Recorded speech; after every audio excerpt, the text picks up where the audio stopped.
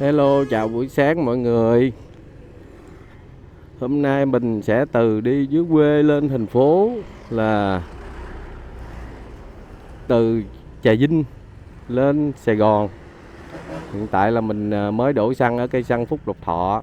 Ồ, hôm nay xe đông dữ.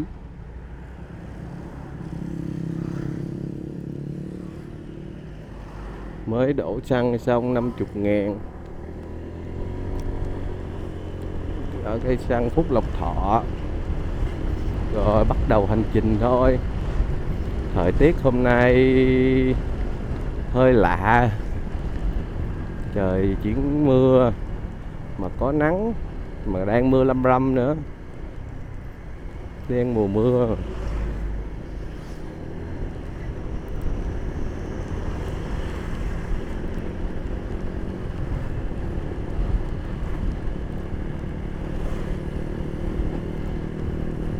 Hành trình từ Trà Vinh đi Sài Gòn á, thì nó qua nhiều điểm giống như là Bến Tre nè, rồi Mỹ Tho, rồi là Bến Lức, Long An, rồi mới tới Sài Gòn.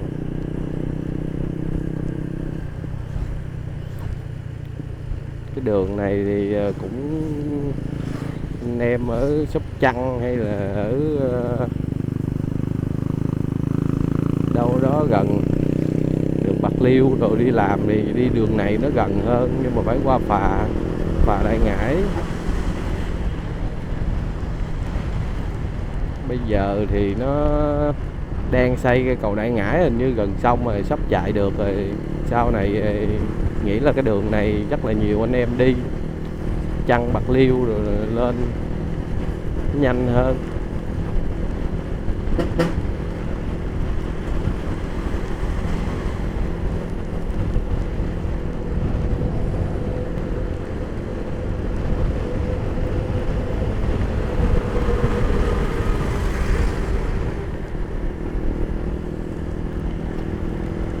Nay là sáng thứ bảy, thấy xe hơi nhiều, bình thường là vắng. Lên tới Sài Gòn mới đông.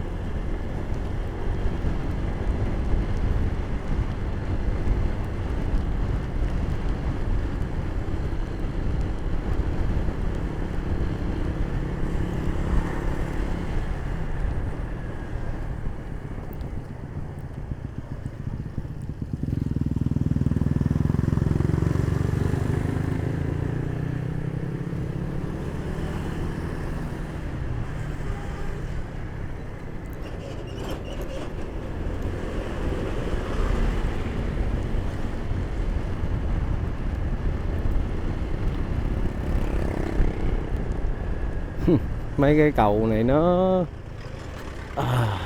đặc sản ở đây hay sao, mỗi lần lên xuống dốc cầu nó bị giống như bị lún vậy đó, rất là tưng nha. Nếu mà người mà không quen á, không quen chạy á, ở địa phương khác lại đây mà chạy nhanh lên mấy cái nhịp cầu này đó, cái nhịp này thôi đó, tưng trời đất ơi. Đây là cái cống thôi mà nó đã tưng như vậy, còn mấy cái chân cầu thì thôi luôn.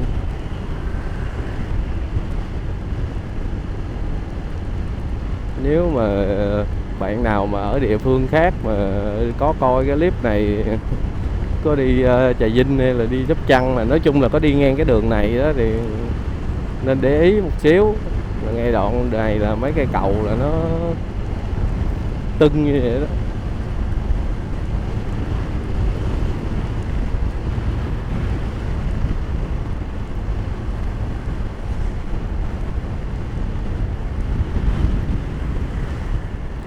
Đây nè, coi nè, đó, tưng đau lưng luôn á.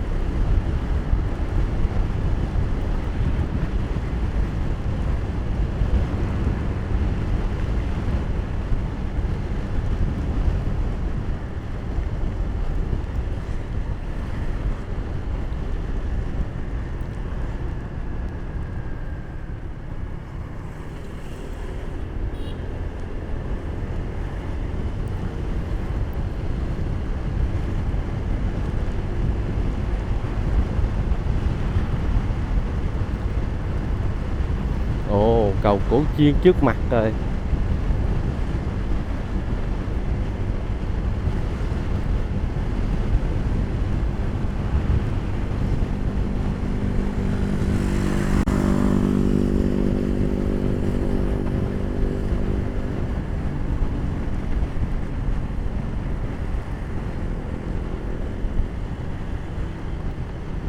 Rồi đổ đồ rồi. Bao nào bao nấy bự chà bá luôn, mà chở được 3 bao luôn, hay thiệt.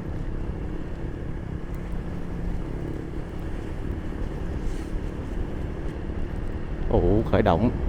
Chắc là đi lên Sài Gòn nhưng mà xa quá. Nghỉ một xíu.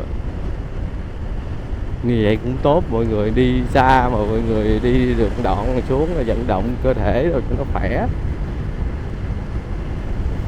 Phía trước đang là cầu Cổ Chiên.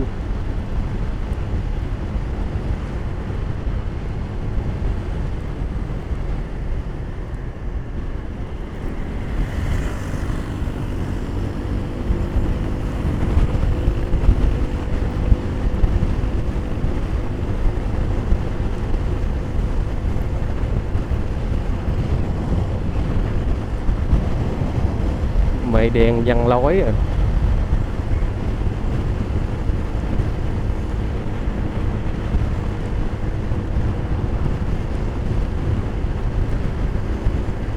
Hy vọng là cái hành trình của mình từ đây tới Sài Gòn sẽ không bị dính mưa.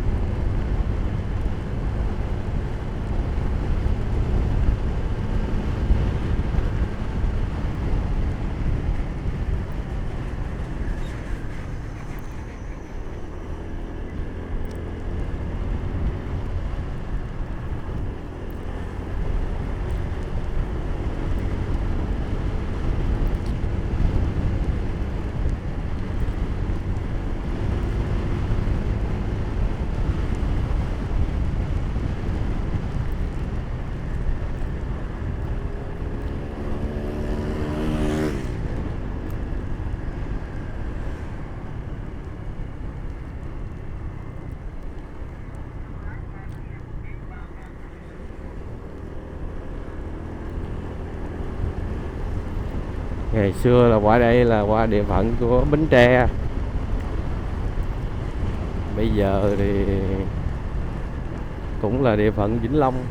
Trà Vinh cũng địa phận Vĩnh Long, nên bển qua đây thì cũng chung một tỉnh.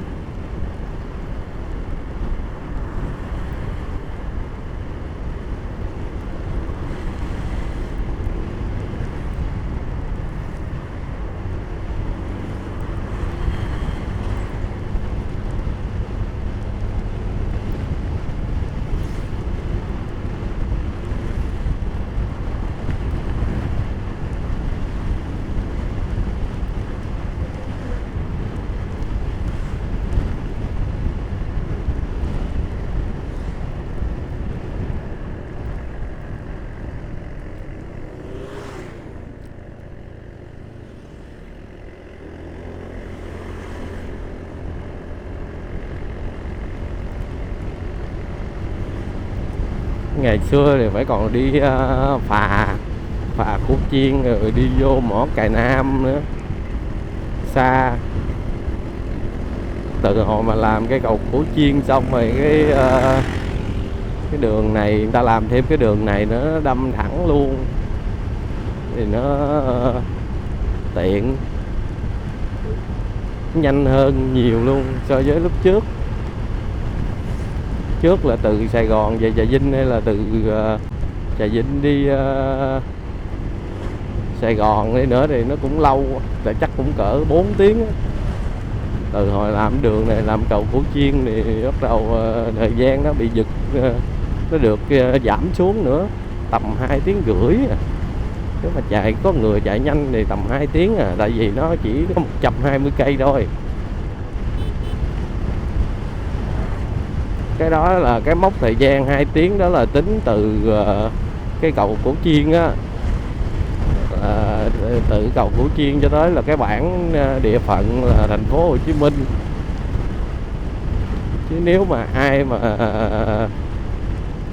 ở quận 12 rồi ở dưới đây ở Duyên Hải, ở Trà Vinh ở Duyên Hải mà lên làm ở quận 12 thì nó còn xa thêm khúc nữa.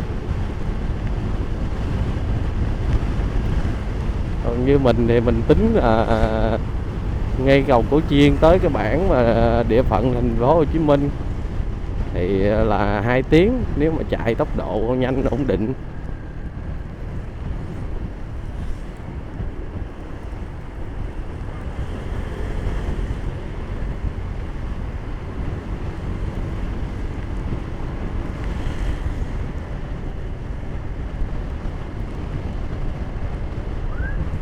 Sau này cầu Đại Ngãi xong nữa thì cái đường này là Tết đồ lễ lộc đồ đông.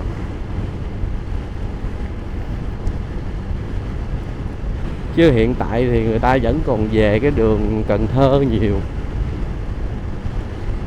Đây phải mắc qua phà, còn đi đường Cần Thơ thì khổ qua phà.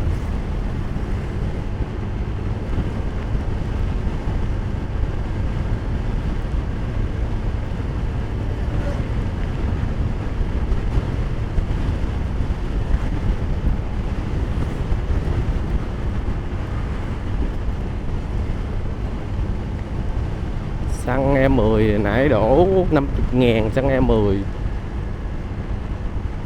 50.000 là chắc cỡ 2 lít mấy.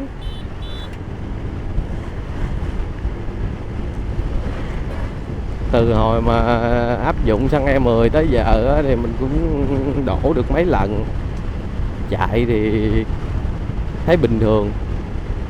Trên mạng thì nhiều người nói là sẽ hại máy, hại này hại kia thì, nhưng mà mình không có cảm nhận được á, chắc là mình không có đủ chuyên môn bên cơ khí á, cho nên là mình không có cảm nhận được là nó như thế nào. Mình thấy đổ vô mình chạy vẫn như vậy à, cảm giác chiếc xe nó vẫn như vậy, nó không có khác.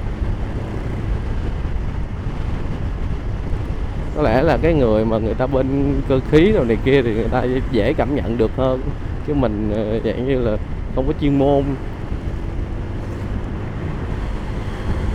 Hy vọng là nó vẫn như vậy, nó vẫn tốt như vậy, nó vẫn bình thường, đừng có hư,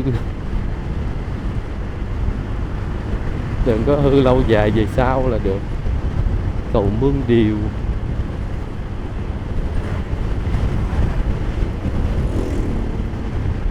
Ui, nắng lên này nè, thời tiết có lẽ là tốt hơn rồi đó.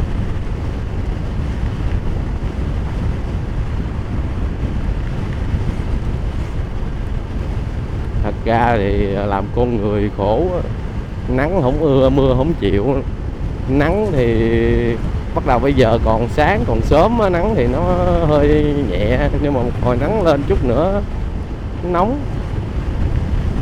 Mà mưa thì cái lúc đó đòi mưa, mà mưa thì nó không có đi làm được, bẫy lầy đồ này kia cũng không chịu, đòi nắng. Nắng thì đòi mưa. Nắng thì đen da, nóng các kiểu.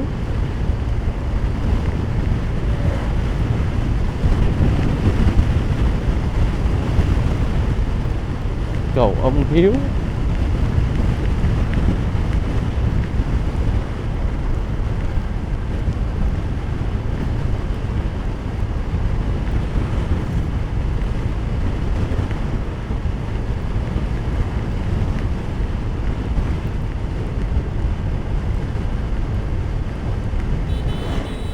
Trời ơi,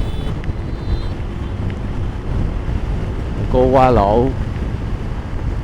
Tình huống cô không nhìn phía sau coi có xe hay không luôn á, hên là cô nghe tiếng kèn á. Còn nhiều người cái tình huống đó là hên á. Thực sự thấy trong chuyến đi này là một cái hên rồi đó, một cái may mắn rồi đó. Chứ nhiều gặp nhiều cô á là qua như vậy đó, không thèm dòm từ sau có xe hay không luôn.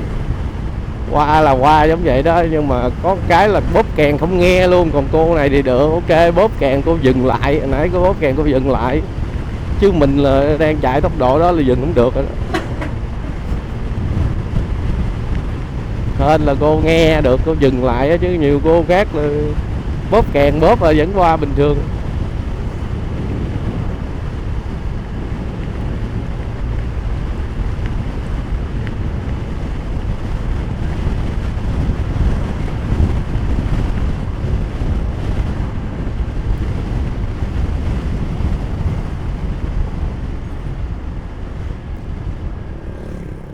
Dòng xuyến, vào dòng xuyến xi nhan trái, ra dòng xuyến xi nhan phải, vào trái ra phải. Ok.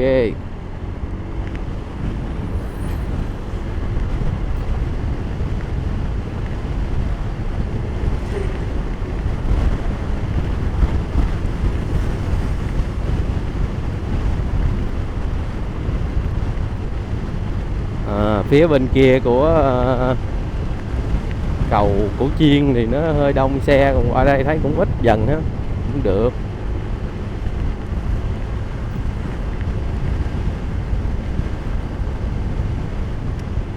Cái đường này nó cũng hơi rộng cho nên là ở trong mình còn trống, mình có thể là qua được. Còn như là quốc lộ 53 mà đi về hướng Vĩnh Long á thì chịu thua luôn, chứ cái đường nó nhỏ quá đâu có qua được. Mình cứ chạy sau xe hơi rồi làm nó lâu hơn xíu.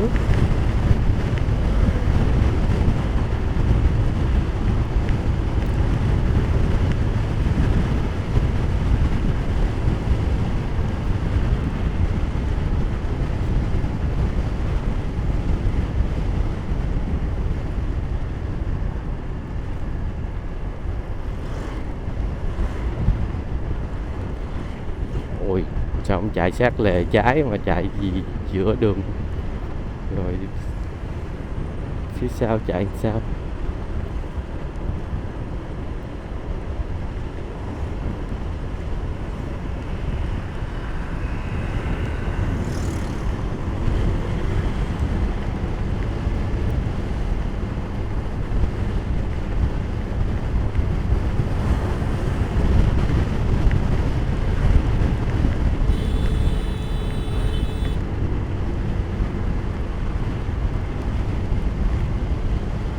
Qua lộ trên cầu luôn, hên là thấy từ xa bóp kèn trước, không thấy ông lủi qua báo nữa.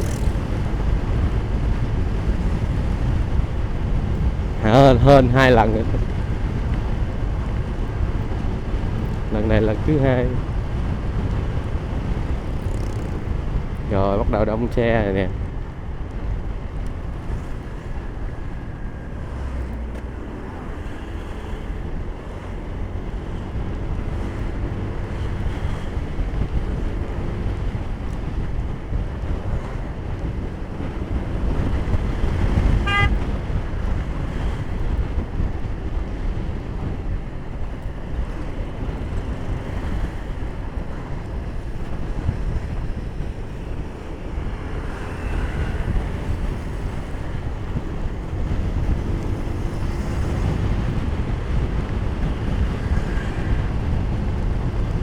Cầu số 3.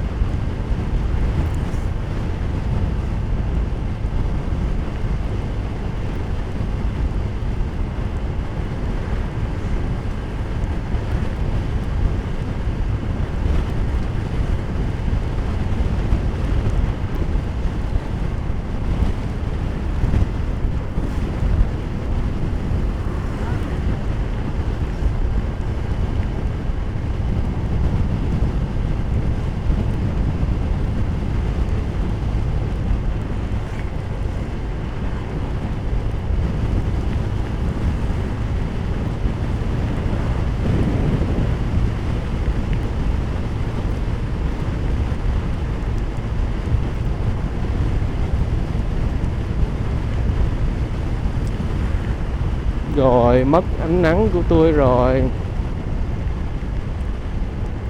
Còn số 2.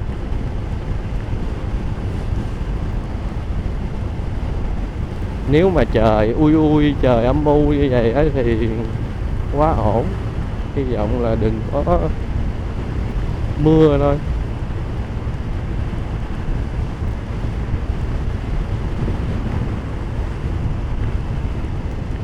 Đèn vàng.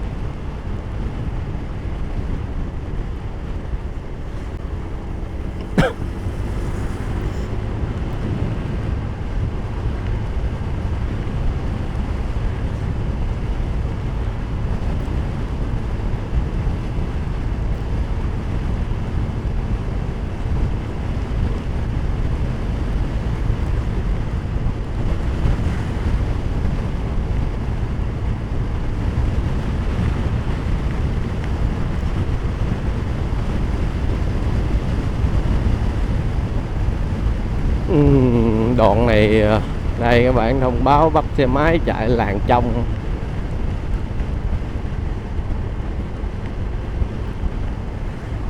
Đó, chạy vô trong cho chắc.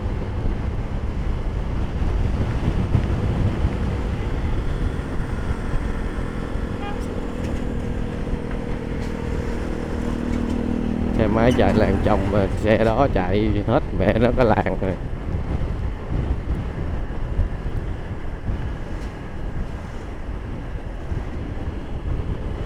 Anh này mình vô cái ảnh vô, mình ra cái ảnh ra. Khó chịu phải.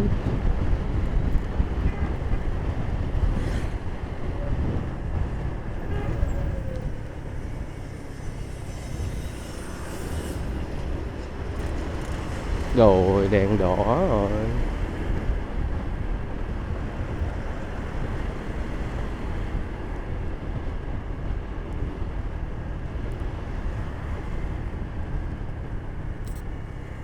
Năm mươi mấy giây luôn.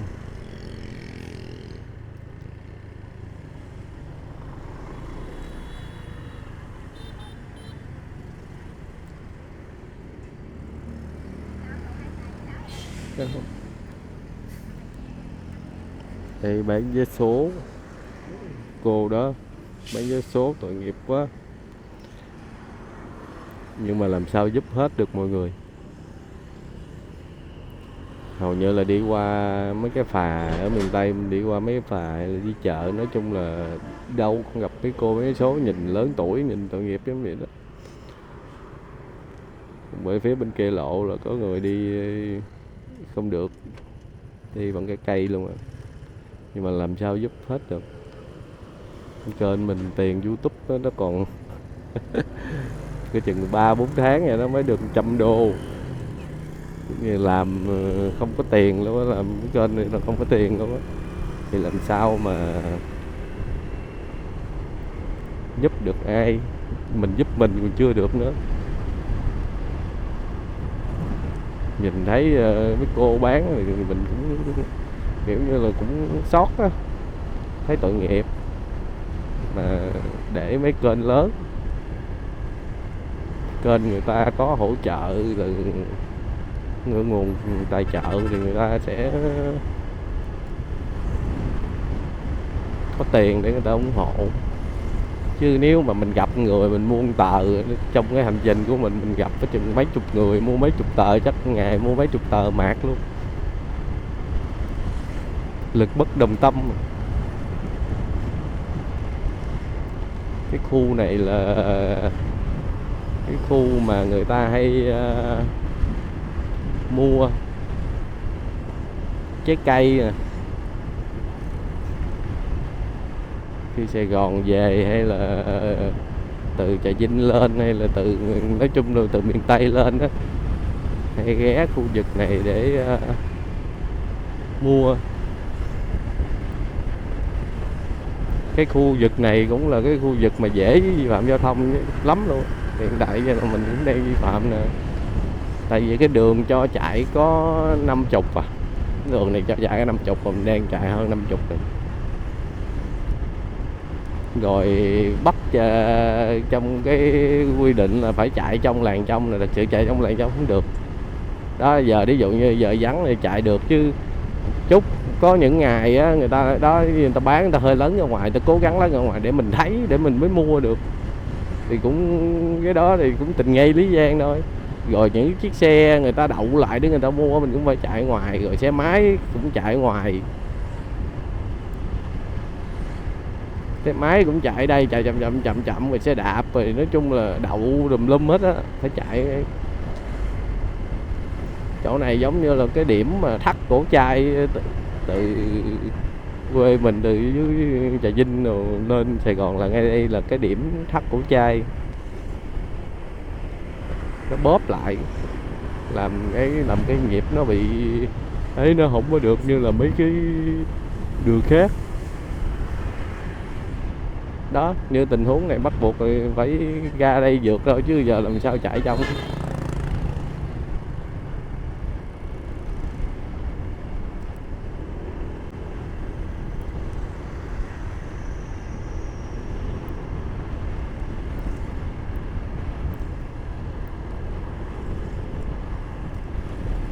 Cũng hên là cái đoạn nó ngắn á, nó cũng có cái đoạn 1-2 cây gì. Ra đây thì bắt đầu hết khu đông dân cư rồi.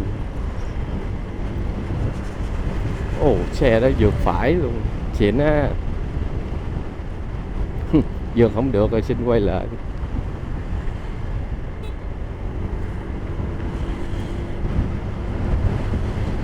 Xe đó tính vượt phải, vượt qua chiếc cong mà vượt không được, quay về chỗ cũ rồi.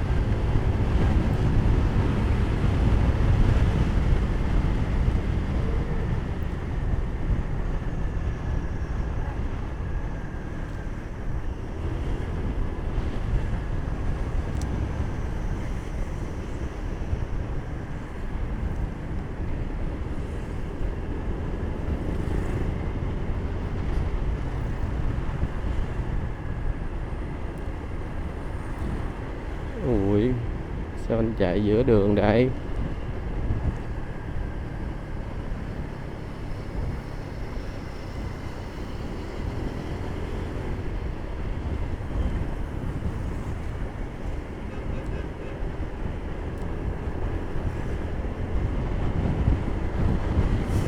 MBV7, xe này như của VinFast.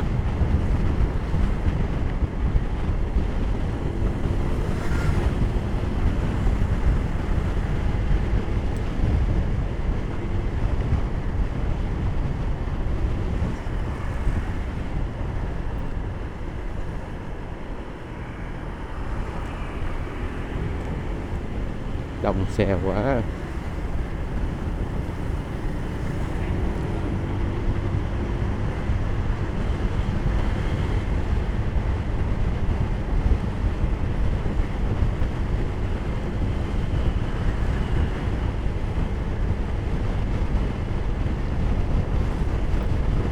Ok, qua được đoạn này chạy thoáng rồi nè.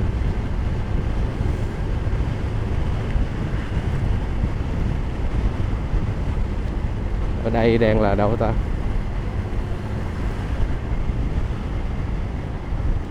Xã Bình Phú. Mới nhìn lên cái bảng trên của nhà người ta, của cái tiệm kinh doanh của người ta, thì nó ghi là xã Bình Phú, còn có biển ghi là Mỏ Cày Bắc. Hình như là Mỏ Cày Bắc á, thì đúng hơn. Ngày xưa thì lúc mà chưa sáp nhập á, thì dễ biết hơn, dễ nhớ hơn, quen rồi. Còn giờ sáp nhập xong rồi thật sự thì không có nhớ được, không biết được là mình đang ở đâu luôn.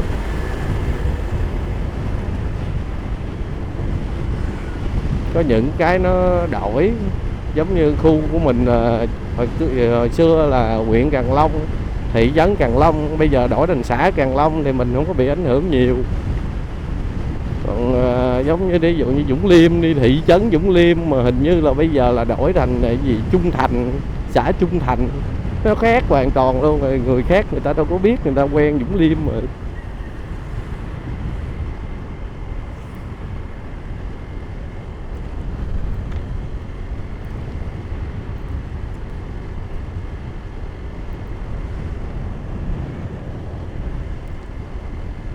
Ở đây thì chắc là mỏ cày Bắc là chính xác.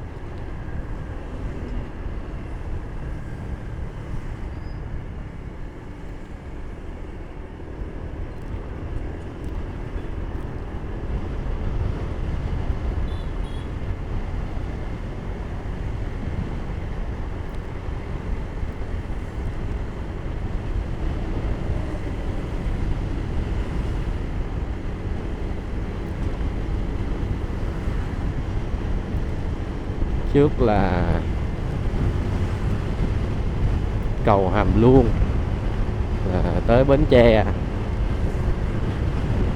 Qua cầu Hàm Luông là thấy là tới thành phố Bến Tre.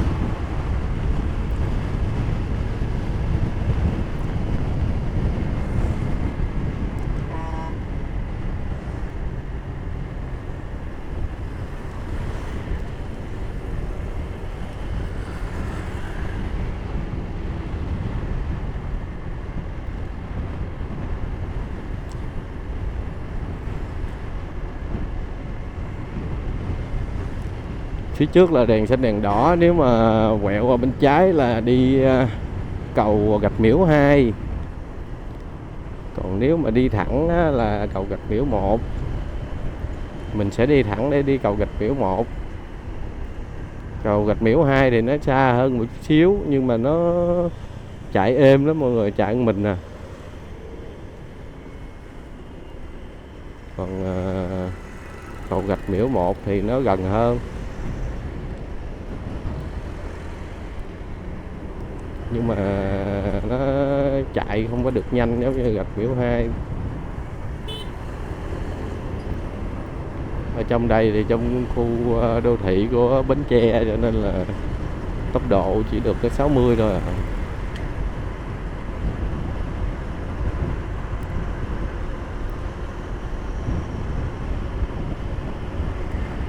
Thường thì cái đường cầu Gạch Miễu 2 á, xe lớn người ta sẽ hay đi. Tại vì nếu mà đi từ Sài Gòn xuống thì nó từ cao tốc á, từ cao tốc ra, cho nên là đi đường đó nó vắng mà nó cho tốc độ cao hơn là đường này nữa, nên là đường đó đi là nhanh hơn nhiều.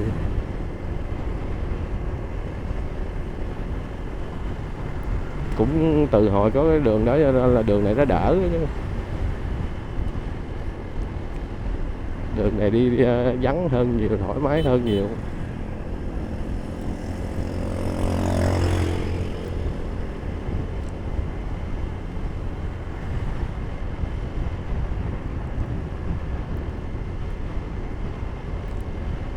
Cái ngay chỗ cái chân cầu Gạch Miễu cũng đỡ kẹt hơn nữa. Ngày xưa là chưa có cầu Gạch Miễu 2 là ngày thường thôi, không có lễ Tết nha, cuối tuần đồ này kia thôi, bình thường thôi, ngày thường. Nhưng mà cuối tuần trời, ở chân cầu Gạch Miễu 1 là nó kẹt cứng nhắc. Mà xe hơi kẹt, xe máy thì nó đỡ hơn.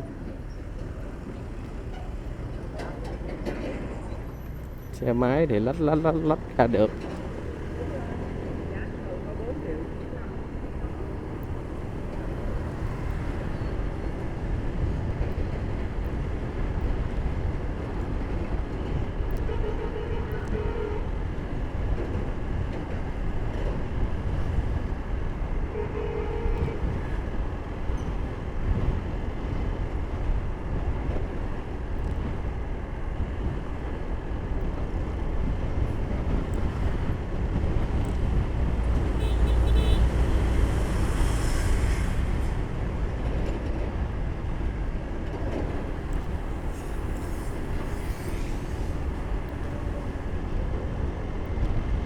Siêu thị Go Bến Tre.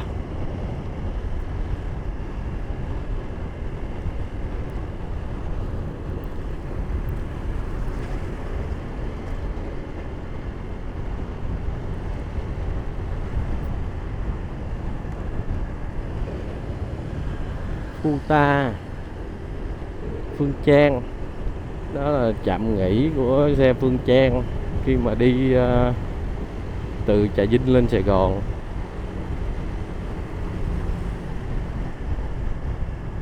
Xe lớn người ta chạy có 120 cây mà người ta phải nghỉ. Mình chạy xe máy chắc mình cũng phải nghỉ, nhưng mà chắc là địa điểm khác, qua cầu Gạch Miễu đi, qua Mỹ Tho đi, rồi chắc là vô uống ly cà phê.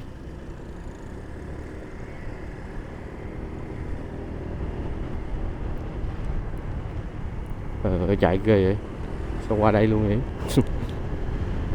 Sao từ bên trong tút trong lề tự nhiên đá xi nhan cái qua đây, lủi vô đây làm gì ta? À, là cô muốn cái cô đó cũng muốn quay đầu cái chỗ này nè, mà tới đó mà cô qua lộ từ sớm luôn á, qua lộ từ sớm tút bên kia luôn. Hôm đó không biết đúng hay sai nữa.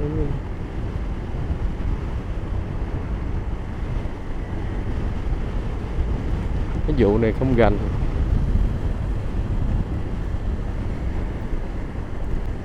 Rồi đèn đỏ.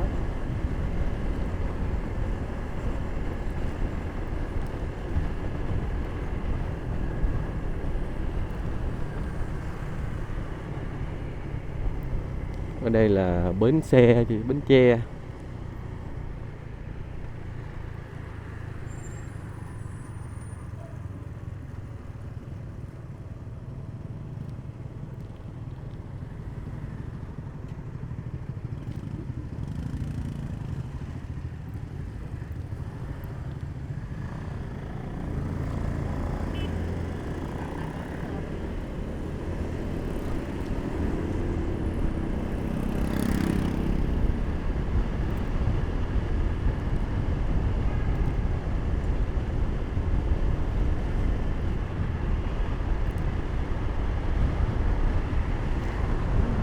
Đu trong khu dân cư tốc độ giới hạn 60 chạy rồi. Chạy tốc độ đó tại cũng 80. Ghê trời. Liều. Nhà có điều kiện.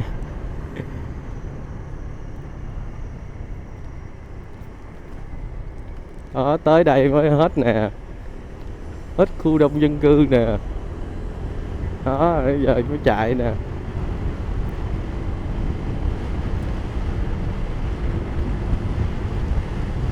Đèn đỏ nữa rồi. Phía xa xa là đèn đỏ rồi.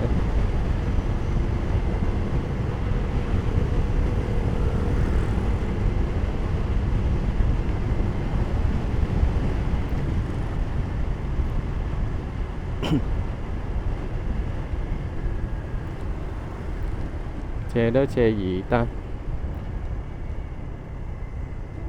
Chữ V rất là VinFast. VinFast VF6. Việt số 71 là dân Bến Tre luôn mà sao?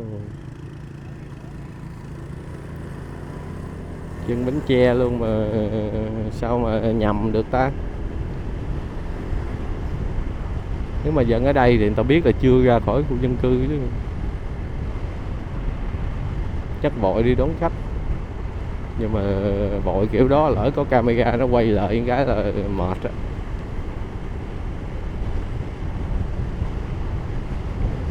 Có camera giám sát tốc độ mà nó bắn một phát rồi no luôn. Cho quy định cho chạy 60 mà chạy 80 hơn 20 cây là phạt nặng lắm luôn.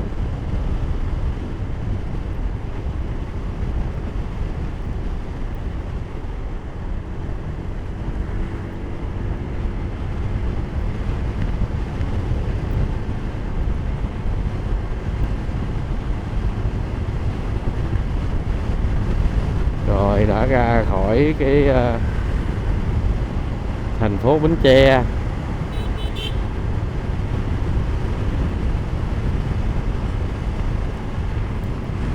Bây giờ là đang Đi đường này giống như là đường dẫn của cầu Gạch Miễu rồi.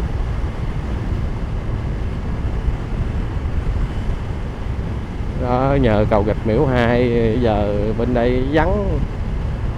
Ngày xưa là ship hàng, xe lớn ship hàng xốp lốp ở đây, thấy thương. Nhiều người để qua được cây cầu Gạch Miễu không mà cả tiếng đồng hồ. Mà cũng đỡ cái là trên xe du lịch xe lớn á, người ta có máy lạnh. Nếu mà có kẹt thì người ta cũng ngồi trên đó, thì cũng ngồi thì máy lạnh thì nó cũng đỡ. Nếu mà xe máy mà kẹt kiểu đó khổ.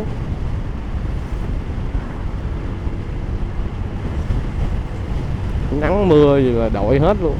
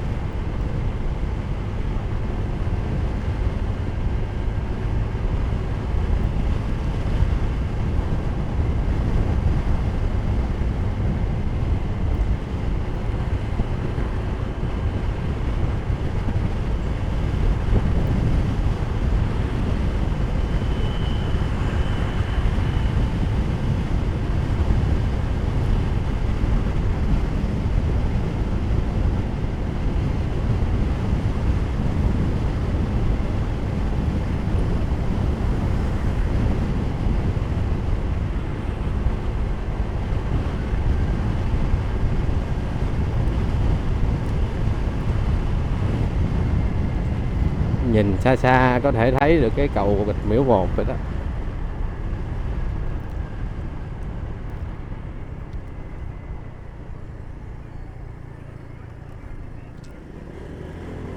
Phía trước là trạm thu phí. Đó giờ thoáng không, ngày xưa là không có được vậy đâu, ngày xưa là xe nó đang sắp lớp nó chờ thu phí.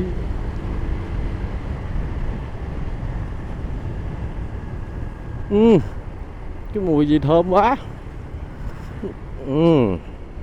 Thơm mà nồng, cái mũi khó chịu quá. Nó thơm cái kiểu mà nó thơm gắt á, thơm mà tới đây vẫn còn gì ta, mùi người ta làm bánh kẹo hả ta. Cái mùi nó thơm nó ngọt giống kẹo á. Rồi tới đây hết rồi là đỡ quá. Cái mùi đó thì nó thơm, nó dễ chịu thiệt, nhưng mà nó bị nồng quá, nó bị gắt quá, hít vô cái đủ ký luôn.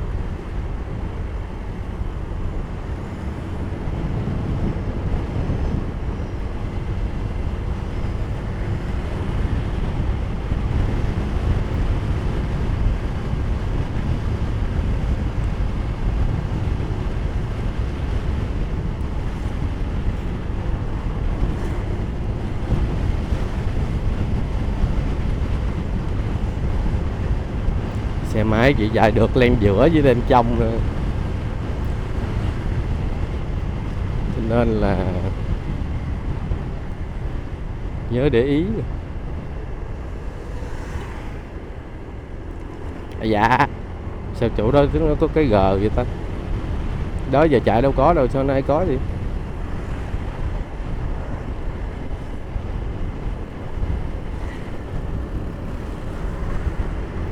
Rồi bắt đầu chúng ta đang lên cầu Gạch Miễu 1.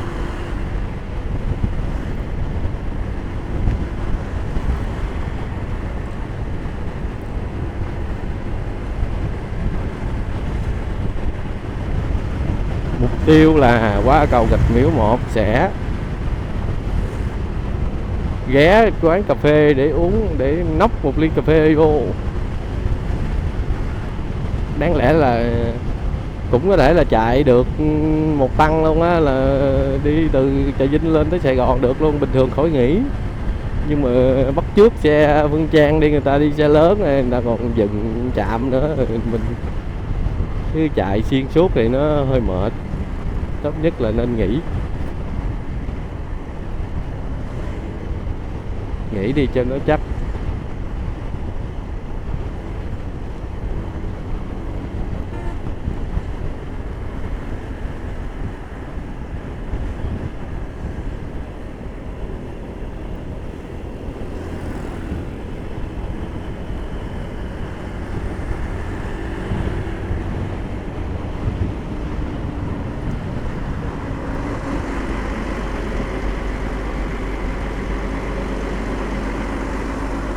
Trời ơi, xe cô yếu hay là cô chạy chậm vậy?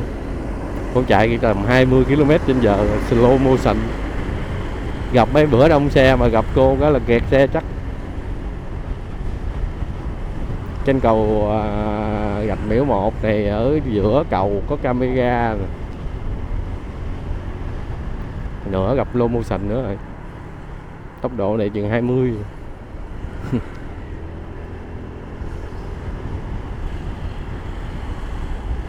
Rạch Miễu là có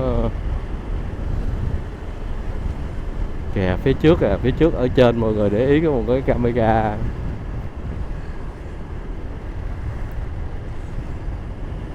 Hình như là cam 360 luôn.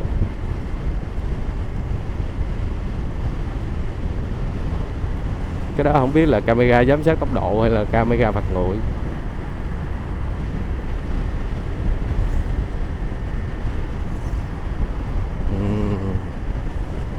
Đây mà nhìn thấy siêu thị Go luôn.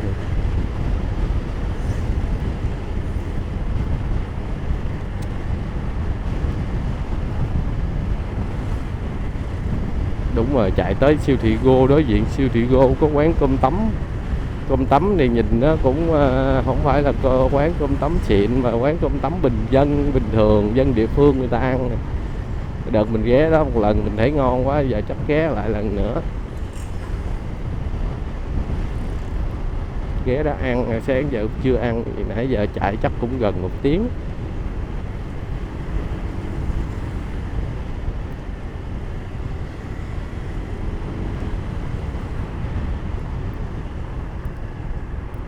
Quên. Vô khu đông dân cư rồi mà quên. Đỏ luôn rồi. Xuống dốc cầu Rạch Miễu là vô khu đông dân cư của Tiền Giang, Mỹ Tho Tiền Giang. Bây giờ như là Đồng Tháp, phường Thới Sơn, xã Đồng Tháp, phường Thới Sơn, tỉnh Đồng Tháp.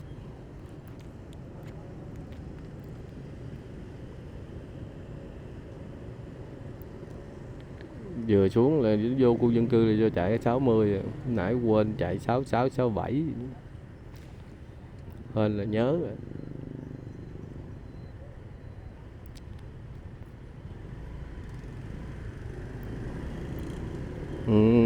Quán cơm tấm đâu ta? Nhớ là... Ủa, vậy lúc đó mình đâu phải ăn ở đây đâu ta? Chết rồi, già cả mất trí nhớ rồi. Rồi vậy là ăn ở siêu thị Go Bến Tre rồi. Siêu thị Go Bến Tre chứ không phải siêu thị Go Mỹ Tho. Siêu thị Go mới Mỹ Tho làm gì có quán nào đâu. Kệ đi.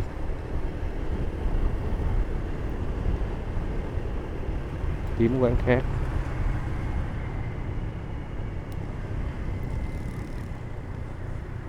Có cái quán họ chạy tới nữa, vừa qua đèn xanh đèn đỏ quẹo trái có một cái quán nữa, nhưng mà cái quán đó cũng đông á, nhiều người ghé, nhưng mà giá nó hơi cao.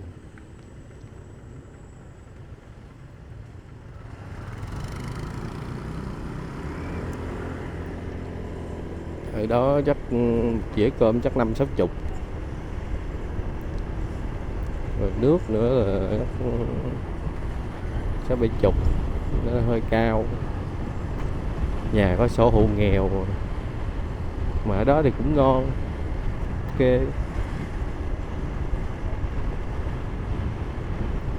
Chất lượng đi đôi với giá thành.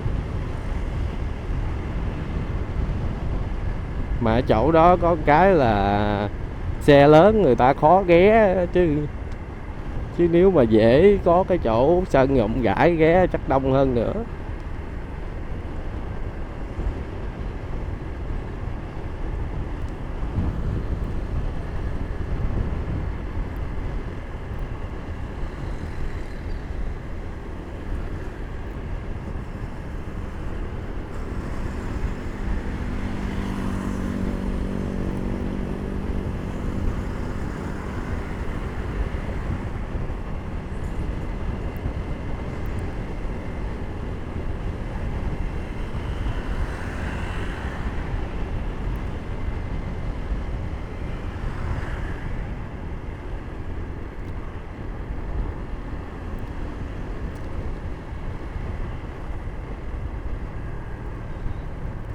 Rồi quẹo trái.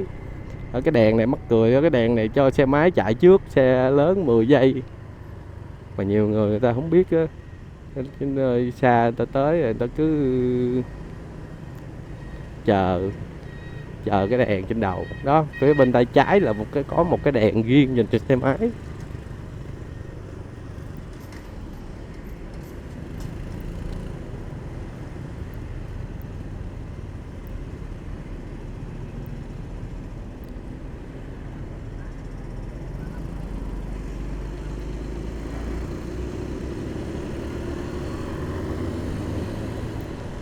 Đây tới quán cơm rồi đây, cơm tấm, ghé ăn thôi mọi người ơi.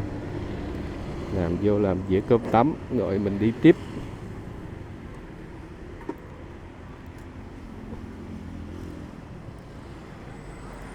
Rồi ăn cơm thôi.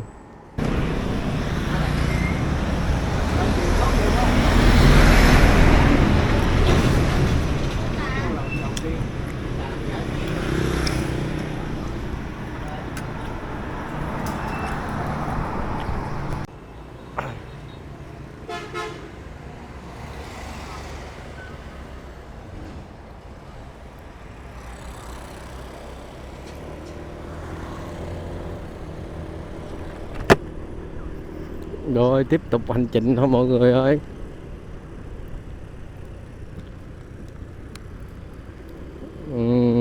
Mới ăn dĩa cơm 60.000 với uống ly cà phê 12.000 là 72.000. Hơi cao quá nhưng mà nó ngon.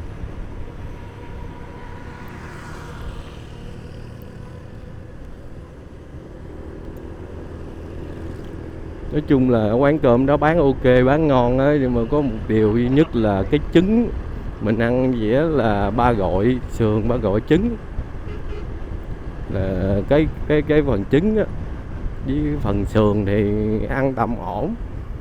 Còn cái trứng thì do là chiên sẵn á, để vô nó lạnh, với bữa nay thời tiết nó lạnh tanh à, ăn cảm giác nó hơi khó chịu. Chứ nếu mà người ta đợi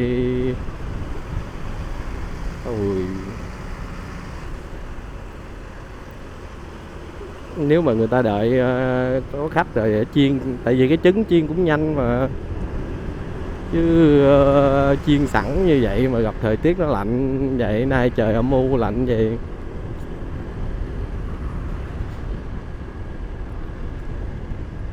dở thì thôi nhé.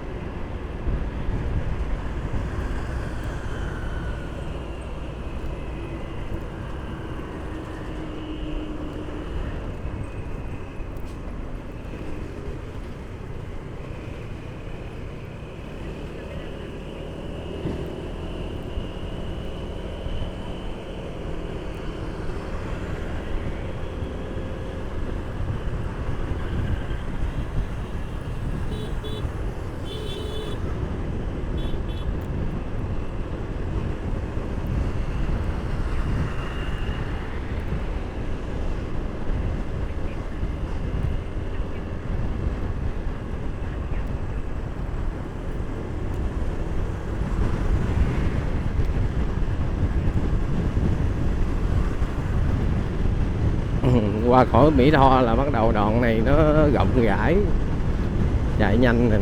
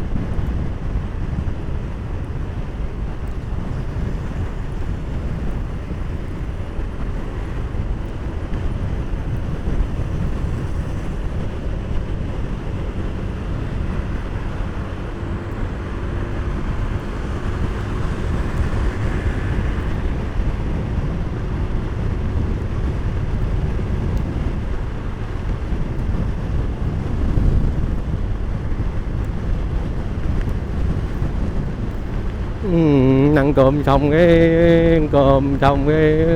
buồn ngủ no, chắc là ly cà phê nó chưa phát huy tác dụng.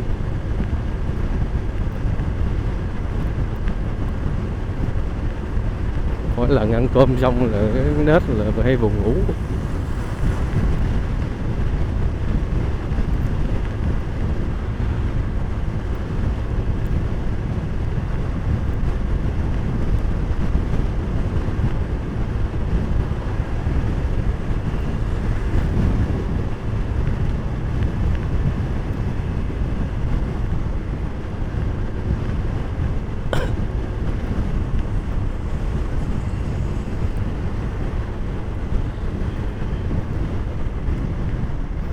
Ôi đông vậy. À, ngã ba Trung Lương. Cái chỗ này người ta quẹo vô cao tốc nhiều cho nên là đông.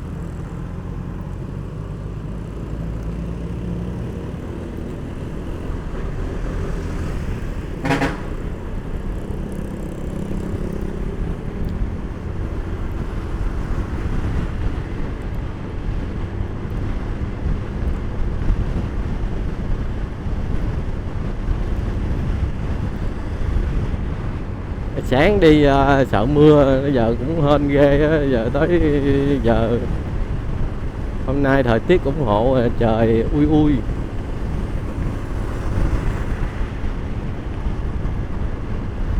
Trời không nắng không mưa,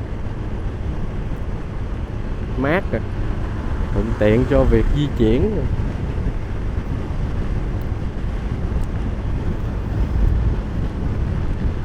Nếu không là giờ này là 9:30 là bắt đầu là trời bắt đầu nắng lên, bắt đầu nóng. Không thôi thì mưa là khổ nữa, mưa phải trú mưa. Tại vì mình có đem máy camera đồ theo cho nên là nó bị vô nước, không dám đi trời mưa.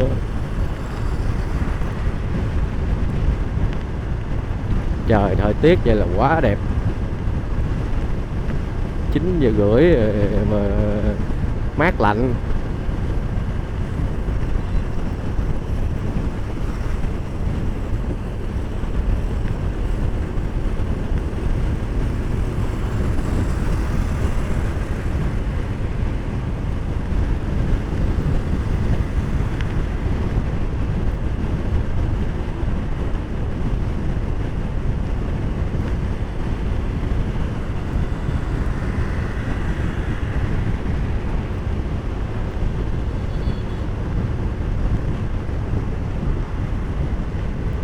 Ui, cái gì cái lấy tiền gì bay giống tiền tờ 200.000. Nhiều người dòm, mình cũng thấy giống, chắc là không phải đây. Phía trước đang là, tại vì hai bên đường rất là nhiều tiền âm phủ, chắc là đám ma người ta mới đi ngang.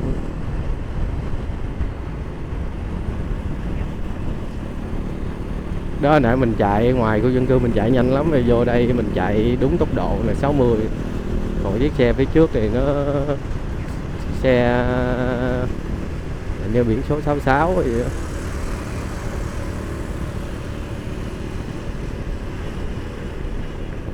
Là người ta không có, ta cứ chạy nhanh đều ấy. Trong khu dân cư vẫn chạy nhanh luôn. Đó là dễ ăn biên bản.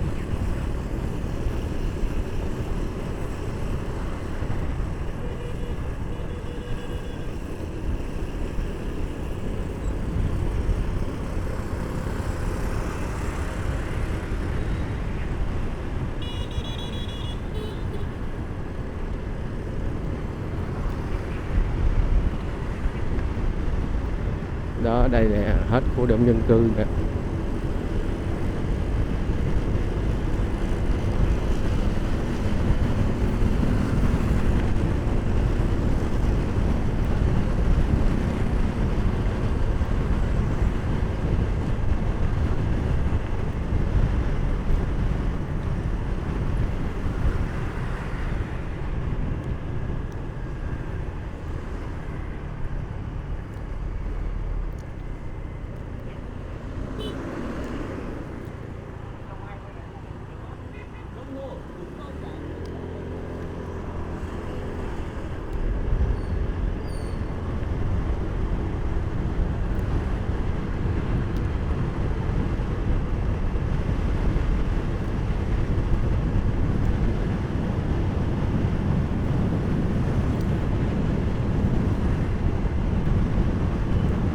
Ở đây là mình đang ở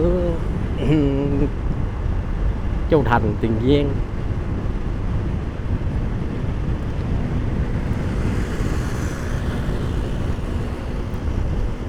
Giờ là Đồng Tháp.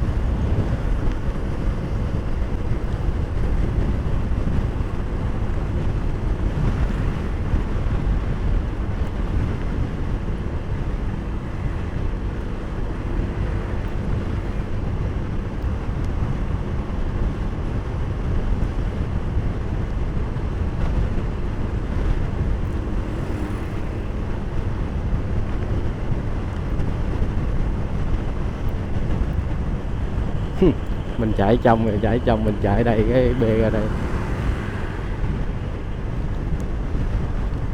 Mình thấy chiếc nào cũng vậy, nó có sức hút thì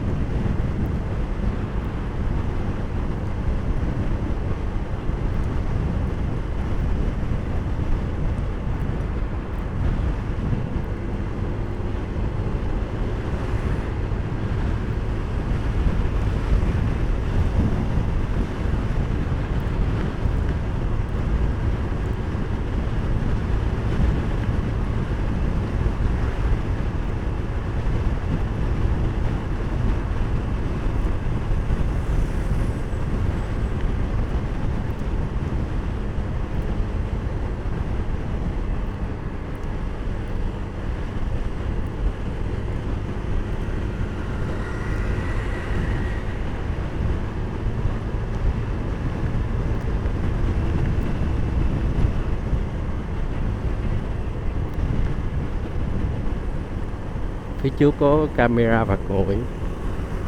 Nằm đâu ta? À đây, chẻ ra giữa đường luôn.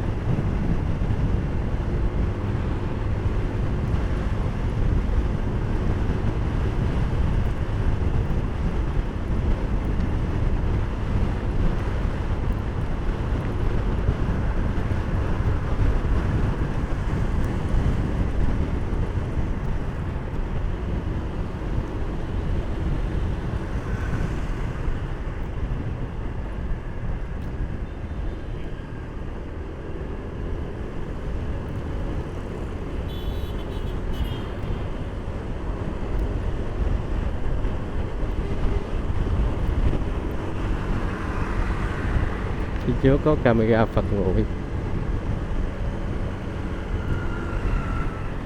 Camera ngay cầu luôn.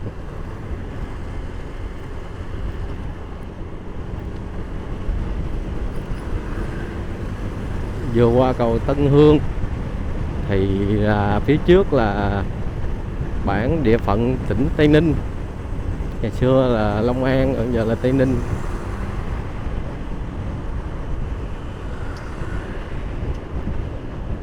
Qua Long An, Tây Ninh này nữa là tới rồi.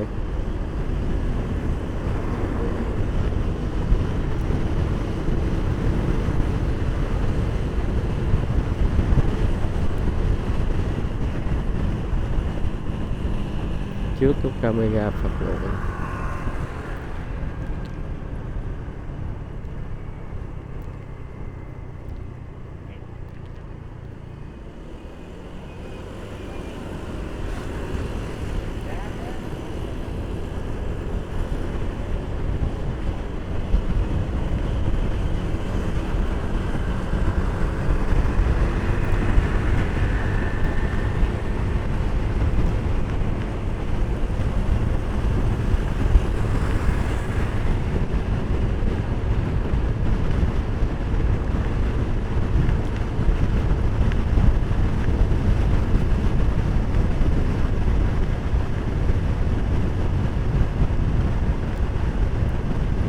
Phía trước cái ngã tư này không biết là nó dẫn đi đâu ta. Thường là mình đi thẳng mà không biết quẹo trái quẹo phải là đi đâu, mà thấy cái ngã tư này nó lớn ghê.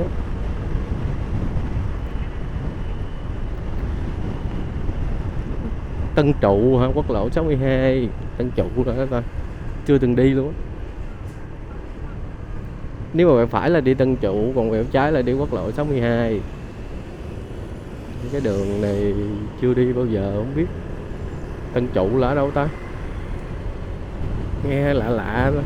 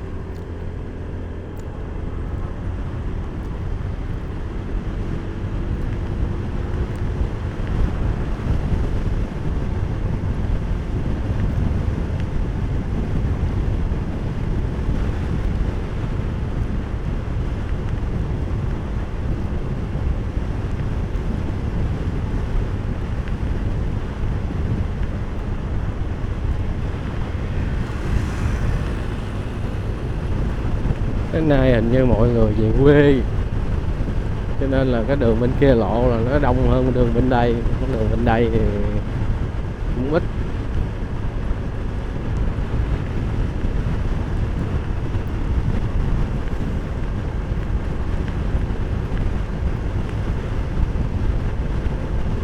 Thứ bảy cho nên là ngày người ta làm xong ta về quê.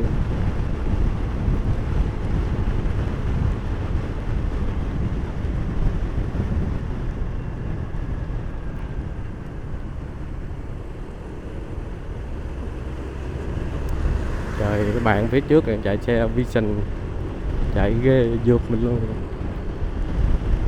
Tính ra mà Vision máy cũng khỏe dữ.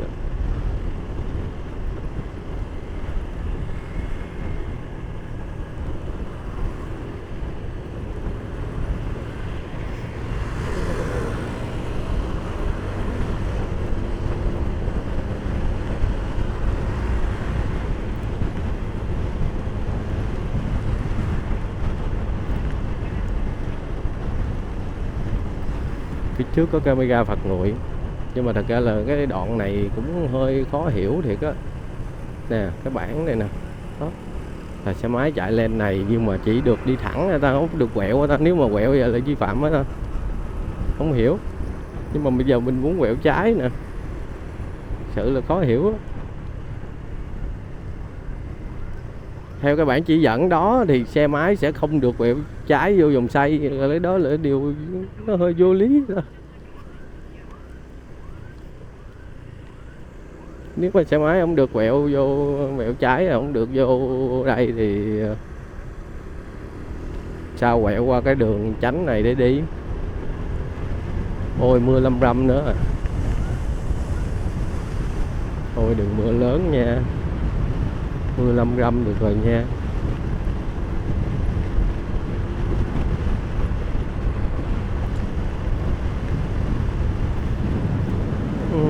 Chưa tới nơi.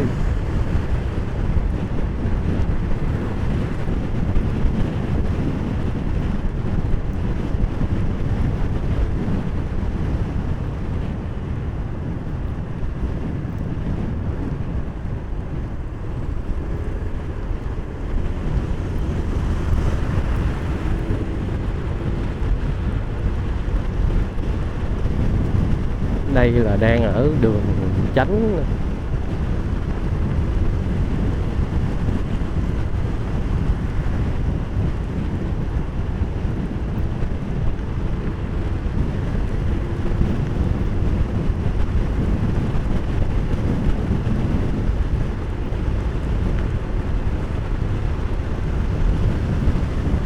Đường Chánh quốc lộ 1A.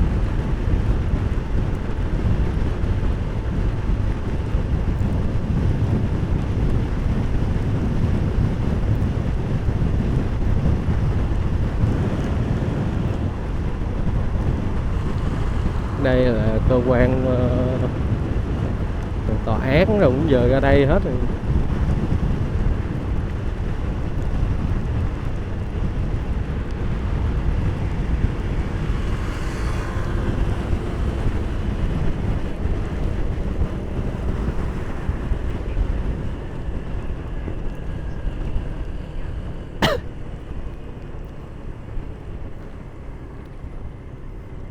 Mà có cái là cái này đường Chánh nhưng mà cuối cùng nó cũng bị dính khu đông dân cư. Rồi 70 mấy giây rồi.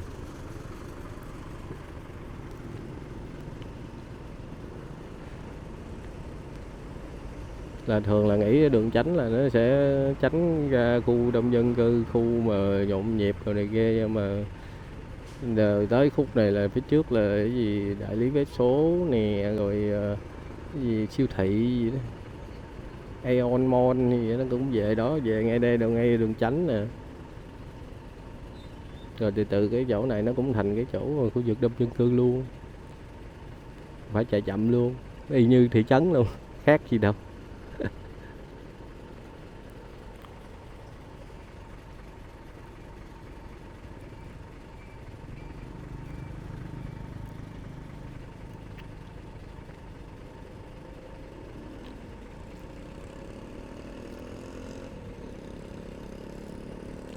Ủa sao bên đèn xanh đèn đỏ kỳ vậy ta? Sao bên kia người ta bị đèn đỏ mà bên đây chưa xanh nữa? Có vấn đề gì ta?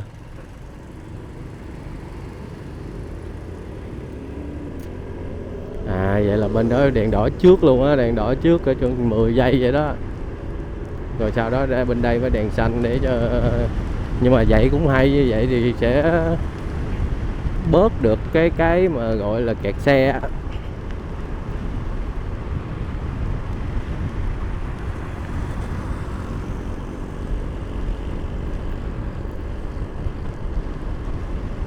Nếu mà đỏ trước 10 giây vậy là mọi thứ là ví dụ như là ai cái người qua cuối cùng rồi này kia người ta đã qua rồi. Rồi sau đó khi bên đây đèn xanh thì nó đã rất là trống, rất là thoáng rồi.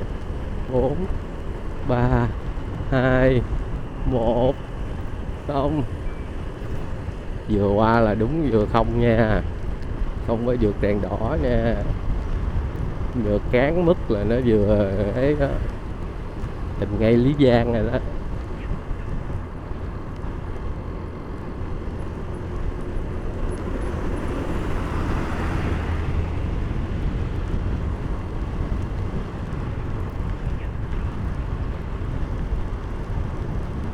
đó, đường này thì từ từ đó bên đây tôi ta rồi kia, rồi thành đường giới hạn tốc độ luôn.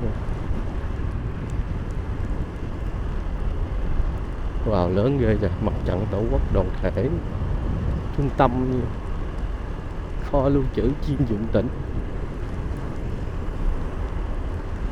lớn lớn không.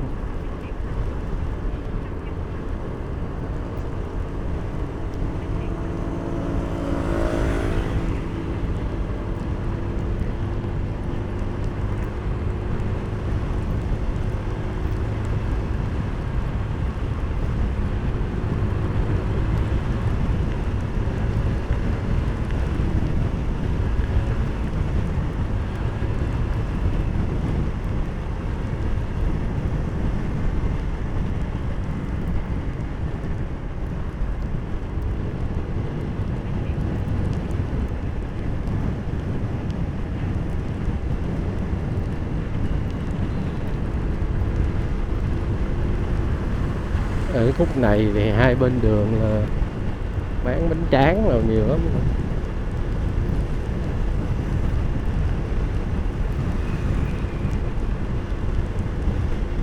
Quá trời quá bánh tráng rồi. Phim phát Tây Ninh Phốt, mưa rồi, đừng có mưa lớn mà, dừng mưa đi mà.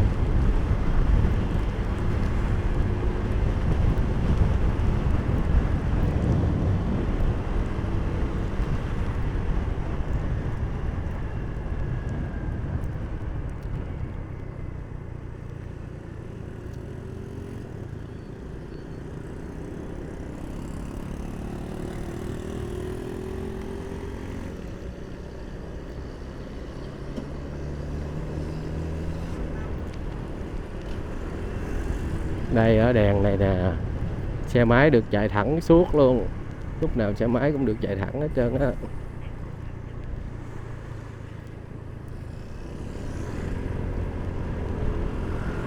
Đó, có nhiều người ở xa người ta không biết, tới đây cái ta đậu đèn đỏ luôn.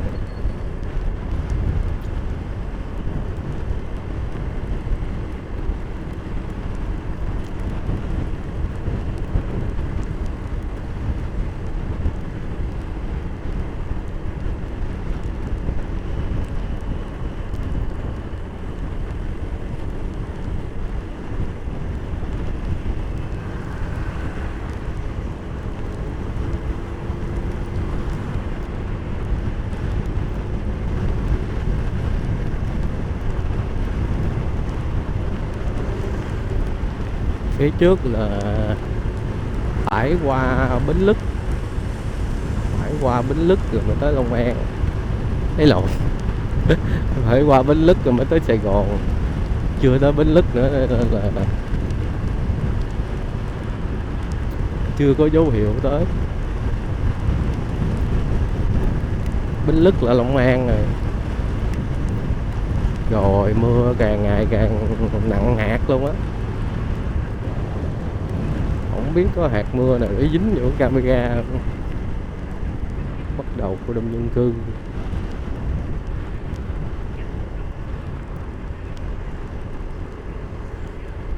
Cho 60 km/h vô khu do đông dân cư rồi.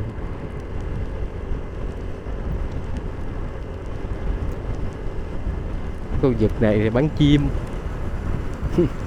Biết sao nó chia khu vực, chim mây thái rồi nè, là đoạn này. Vịt trời, gà đất,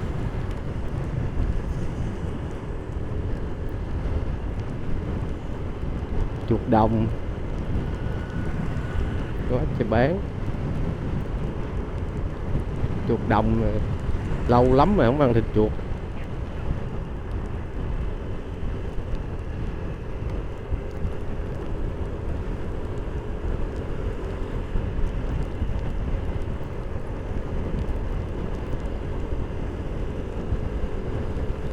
Ồ, phía trước là chiếc NVX.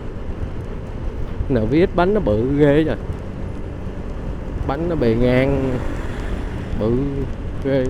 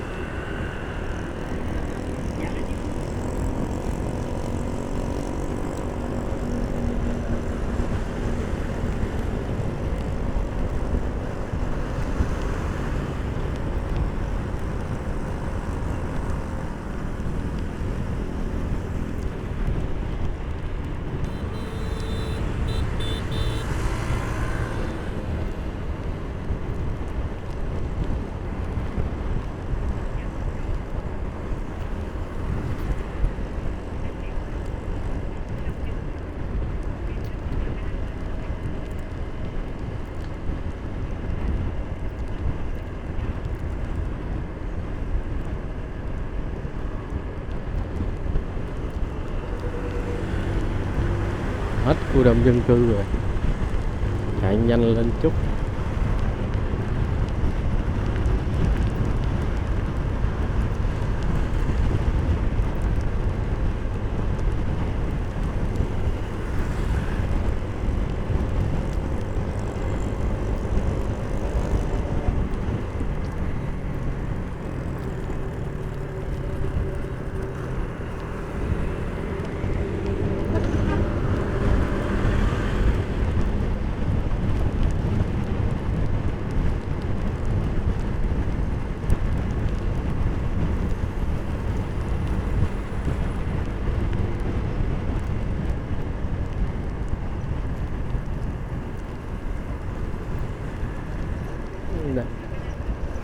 Đây là đâu nhỉ? Sao không có cái biển báo nào để mình biết mình đang ở đâu? Đèn xanh đèn đỏ này là quen lắm này.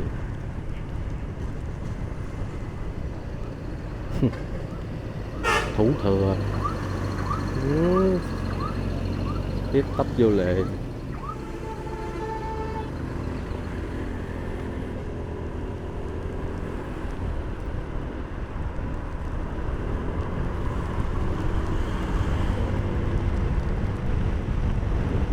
Xe buýt thì nó muốn tấp rồi, nó tấp à.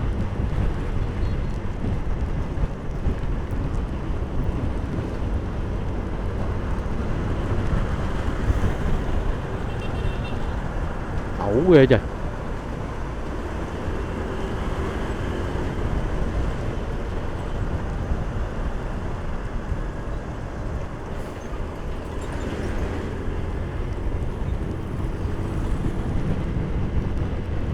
Xe tải nãy chạy ra lúc đầu ra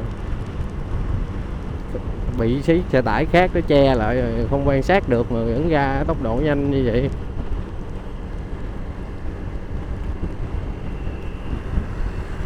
Ồ, đây là căn biệt thự nổi tiếng nè.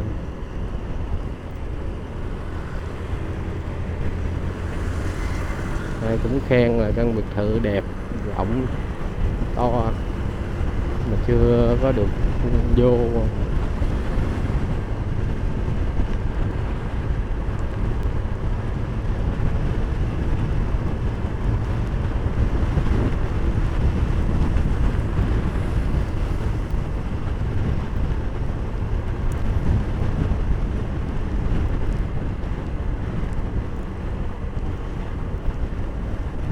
Có nhiều người chạy xe rất khó chịu nha. Chiếc 71 B3 này nè. Đó, thế chạy khó chịu cực kỳ. Chị chạy tuốt ở ngoài xong rồi cái thấy có xe qua lộ cái lách vào bên kia. Kiểu như là mình chạy chậm thì mình chạy trong cái lane trong đi 3 lane rồi mà chạy chậm gì mà chạy lane tuốt ngoài luôn, không hiểu. Cái gì phía trước có cái gì mọi người ơi? Có vấn đề gì mà xe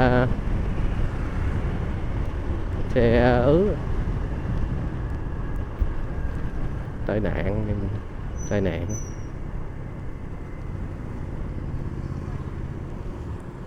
Xe máy với xe đạp. Xe máy với xe đạp va chạm. chắc là nặng á, chứ nếu mà va chạm nhẹ thì tự ấy, còn có vấn đề gì đó thì giao thông mới tới mới vẽ như vậy. Hy vọng là mọi người không sao.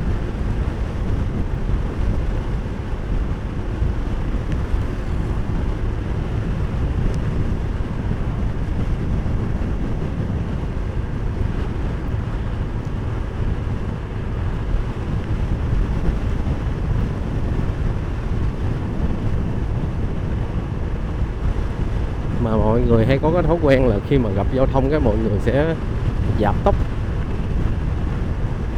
hoặc là mọi người thắng lại.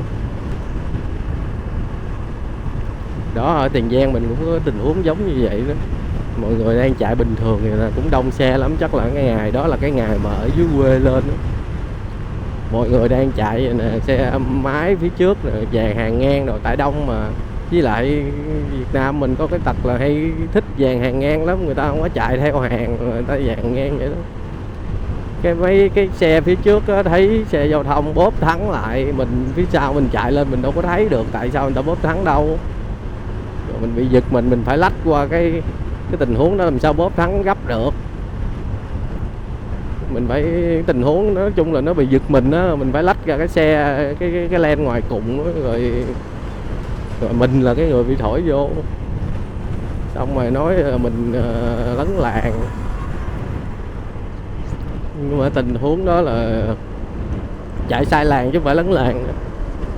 Cái tình huống đó thật sự là bất khả kháng rồi. Giờ không có kề, một là lủi vô người ta, hai là phải chạy qua đó để né rồi, chứ giờ phản xạ tự nhiên là phải ưu tiên né thôi, chứ không lẽ đụng rồi mình té rồi người ta té luôn.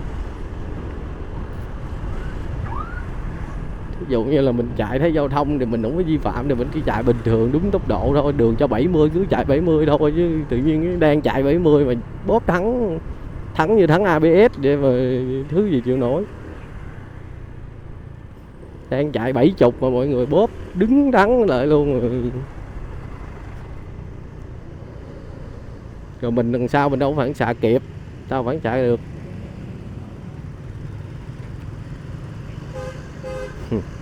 Ở đây có hình cảnh giác giao thông, hình cảnh giác giao thông bị chóc sơn phai màu hết trơn rồi.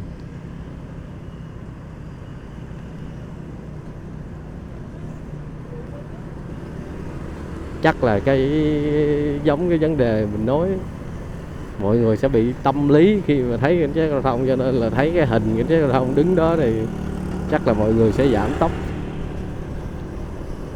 chạy nề nếp lại, cho nên là cũng vì tâm lý đó nên ta làm mấy cái mô hình cảnh sát giao thông.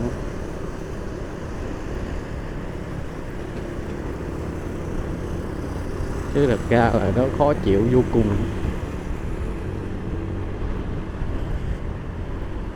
Mình không có vậy, mình cứ ví dụ như là đường cho 70, mình đang chạy 70 thì mình có gặp giao thông thì mình cũng chạy 70 thôi, chạy đúng tốc độ mình đang đúng mà, mình đâu có vi phạm gì đâu mà mình phải sợ phải bóp thắng lại, cái kiểu đó còn hại người làm sao.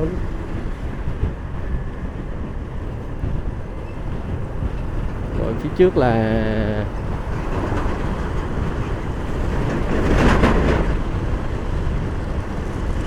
Bến Lức, tới Bến Lức Long An rồi nè.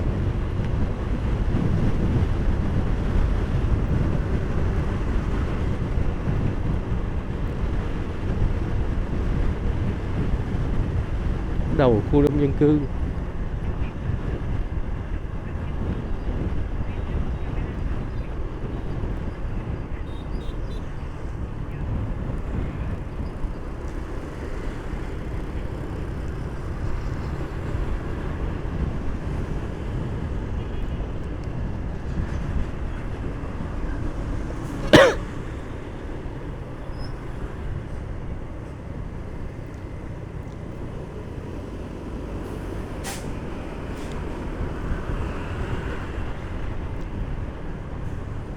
Chiếc container này quẹo hẻm.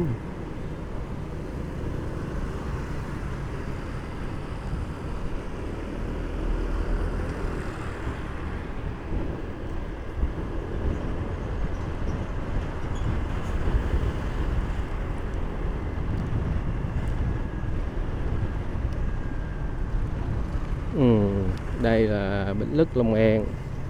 Có một điều khó hiểu là không biết tại sao mà từ khi mà có cái đèn, từ khi mà gắn cây đèn xanh đèn đỏ rồi chia làn này là bắt đầu kẹt xe, không hiểu.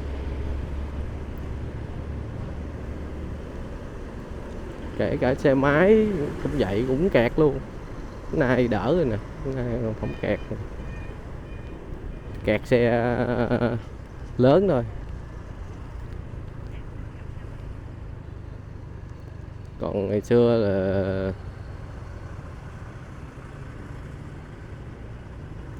kẹt tùm lum hết.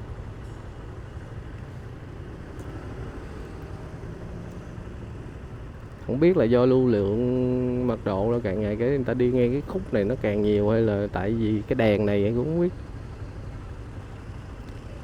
Chứ từ hồi có cái đèn là kẹt, auto kẹt đi ngay khúc này là thấy xe lớn, cả xe máy luôn cũng kẹt rất là nhiều. Còn cái lúc trước chưa có mấy cái đèn này á, thì giao thông nó bình thường à. Đi ngang cái này là hầu như là thấy là rất là bình thường. Từ hồi có cái đèn này nó lại rất là kẹt, nó giống Sài Gòn. Rồi đèn xanh rồi.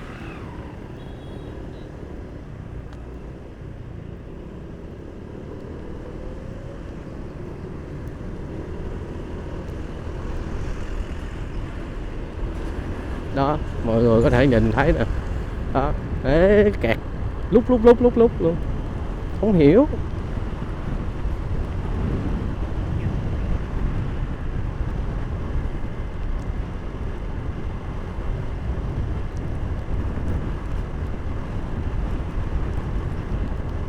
Vẫn chưa hết nè. Tới đây luôn. Chắc gần cây số. Bên kia cũng vậy, bên đây cũng vậy. Mà hơn là ở đây xe máy không có kẹt. Xe máy bình thường, xe máy chắc mấy ngày mà cuối tuần như ngày mai á, người ta ở dưới quê lên nó mới kẹt. Còn xe lớn thì ngày nào cũng đông nên kẹt.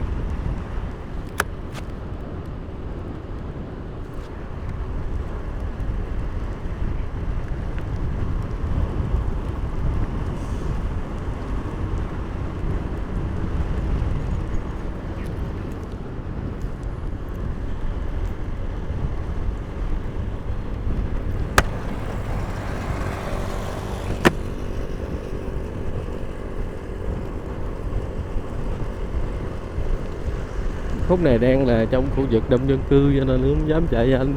Ai vượt mình chạy 60 chắc cuốn.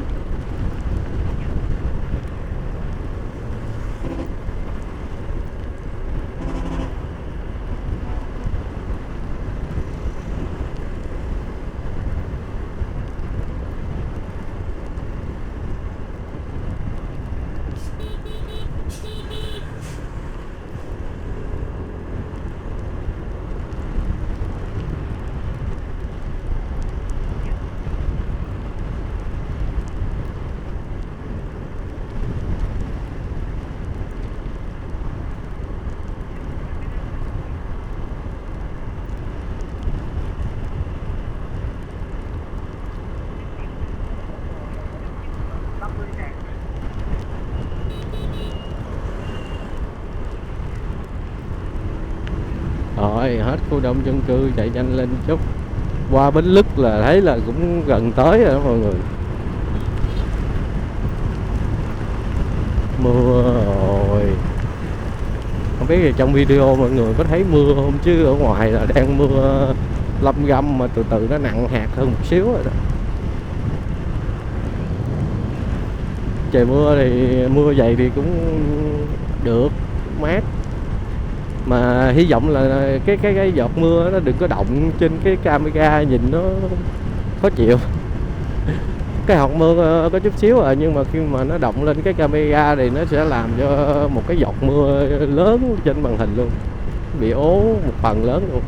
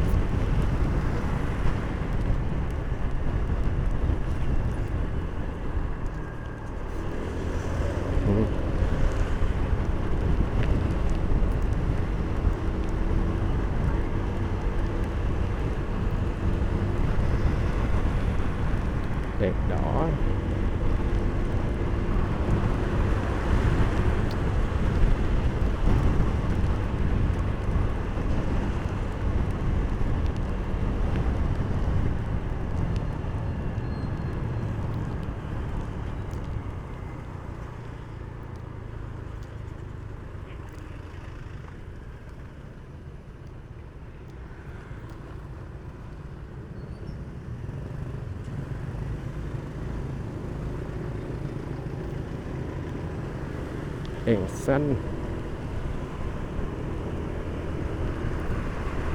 Giờ phải lấn ra lên ngoài để chạy thôi chứ lên trong mọi người mới đề ba.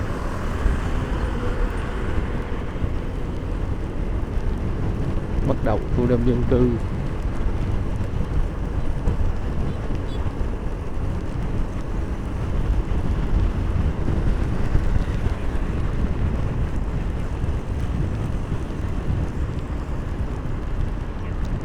Tôi làm giảm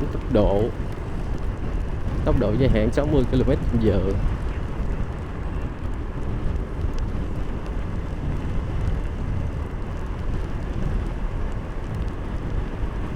Ôi, phía trước có một cái nhà đang xây lớn ghê ta.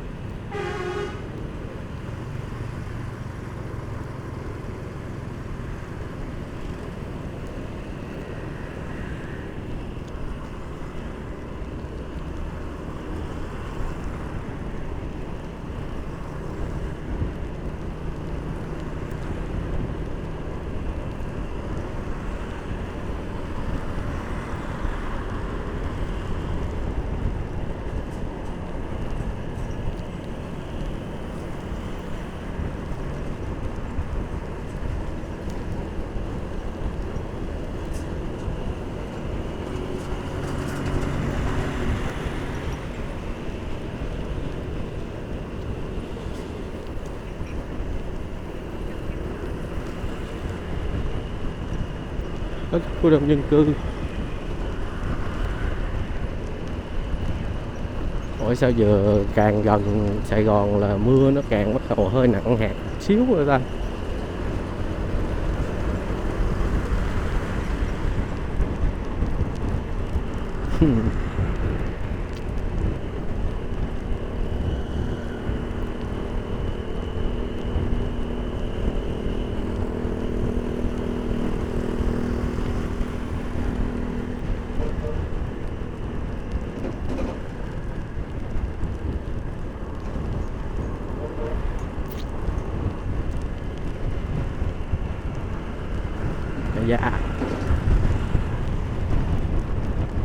Da đường sao lồi lõm.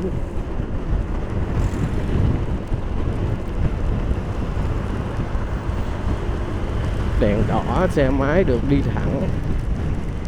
Ui, càng đúng thiệt luôn á, càng giờ về gần Sài Gòn là mưa nó bắt đầu nó nặng hạt hơn từ từ.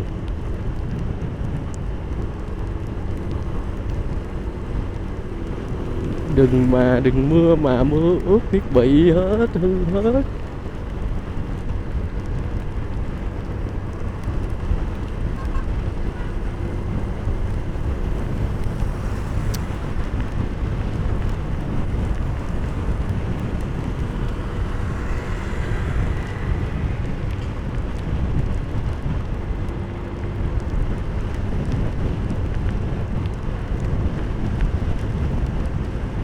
Phía trước là một cái bảng rất là lớn, Bến Lức Long Thành, là một cao tốc này mới được xây dựng để giúp là xe, để cho xe hơi xe lớn. Khi từ miền Tây lên thì quẹo vô đây luôn, khỏi cần lên tới Sài Gòn, giảm lưu lượng cho Sài Gòn. Rồi địa phận thành phố Hồ Chí Minh nè, để xem bây giờ là hơn 10 giờ mình đi là vậy là chưa được 2 tiếng rưỡi, chưa được 2 tiếng rưỡi mà tới cái bản địa phận đó là Nếu mà tính ra thì trời trời mưa đúng thiệt mọi người ơi, đang càng gần Sài Gòn là mưa càng hạt nè. Còn cái chuyện thời gian đi là cái lúc mình xuất phát là hình như là khoảng 8 giờ ấy chứ. Khoảng 8 giờ thì bây giờ là nếu mà tính luôn thời gian ăn là cho nãy quên coi chính xác giờ cũng không nhớ nữa, chắc là 2 tiếng rưỡi á. Giờ trừ thì thời gian mình ghé mình ăn cơm tấm với mình uống cà phê ra đi là 2 tiếng, là khoảng 2 tiếng, từ 2 tiếng đổ lại rồi. Là nếu mà mọi người chạy không nghỉ á, mình cũng không khuyên mọi người chạy không nghỉ, nên nghỉ đi cho nó khỏe chứ chạy không nghỉ thì nó mệt. Cái này là mình đang ví dụ thôi, nếu mà chạy không nghỉ á, thì nó là khoảng 2 tiếng. Thôi ổ gà, tối sụp ổ gà chết.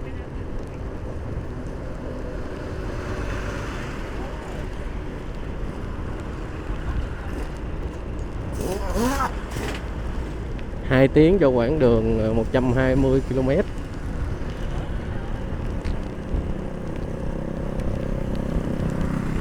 Còn nếu mà ai về quận 12, về Bình Dương rồi thì còn xa lắm. Còn này là mới bắt đầu vô địa phận của Sài Gòn thôi.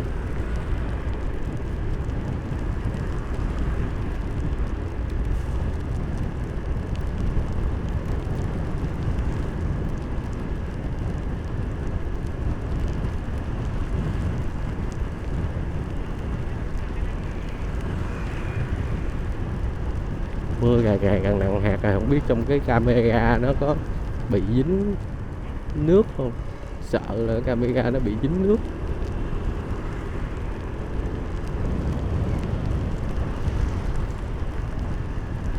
À,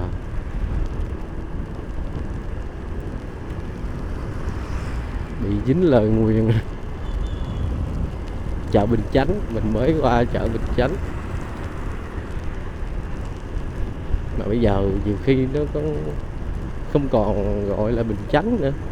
Để coi coi mấy cái cửa hàng hai bên đường coi người ta có gắn cái biển mới chưa, để coi coi cái biển mới, cái địa danh mới nó gọi là cái gì, nó còn phải là huyện Bình Chánh không? Từ hồi sắp nhập xong tới giờ thì cứ đi đâu không biết, toàn là nói địa danh cũ á thì ok nói được, chứ giờ kêu nói địa danh mới thì thua, không biết đâu.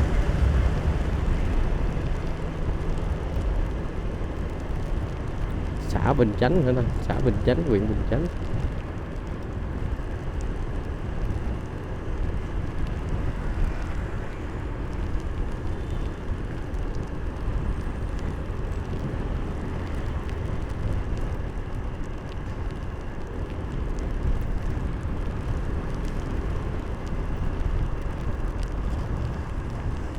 Thấy có nhiều cái biển cũng nhìn mới lắm, người ta ghi là xã Bình Chánh, huyện Bình Chánh, mà hình như giờ đâu còn huyện nữa ta.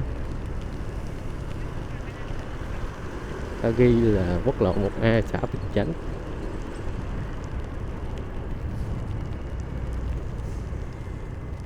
Mưa quá trời mưa rồi.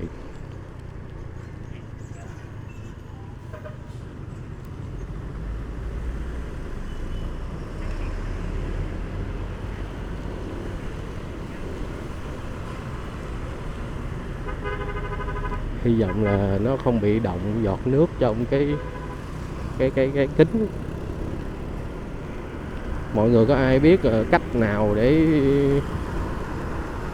có cái dung dịch hay là cái miếng dán gì mà dán lên mà nước nó không động vô cái kiến của cái nón bảo hiểm không ta, để về mình xịt lên cái nón bảo hiểm, cái kính của nón bảo hiểm với cái camera luôn, cho nước vô nó trôi, nước vô nó trôi, chứ vậy bất tiện quá, nó phải che tầm nhìn, với lại còn camera thì coi lại nó sẽ bị dính giọt nước. Nếu mà có cái dung dịch đó nó có bán, có cái loại đó thì quá ok.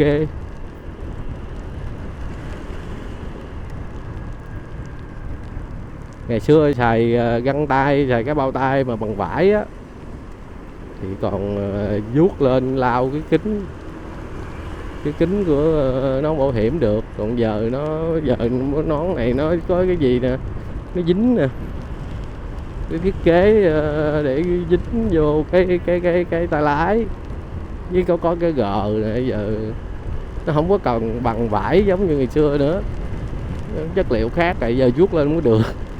Vuốt lên nó dính luôn, cái tay nó dính vô cái nón, mắc cười lắm, hết lao được rồi.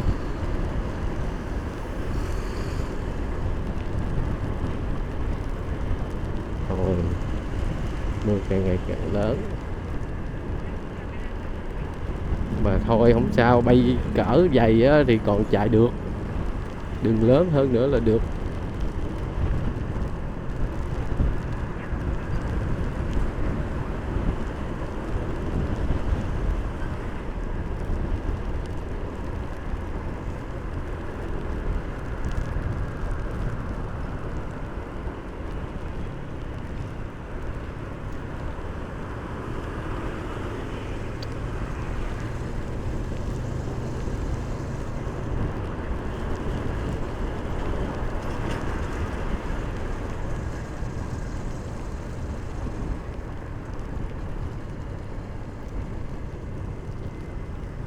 Ôi, tới cầu vượt Nguyễn Văn Linh rồi.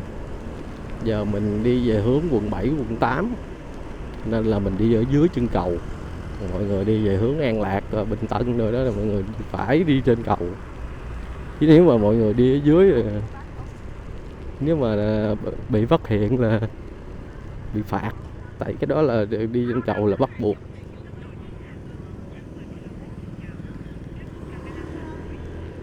Mọi người ở những cái dòng xe lớn, những cái điểm lớn như vậy, mọi người đừng có tắt xi nhan sớm. Đó mình khi nào mình vô được làng rồi như vậy thì bắt đầu mình mới tắt xi nhan, là mình xi nhan từ cái đoạn ngoài tuốt ngoài đó. Ở đây mình muốn xi nhan.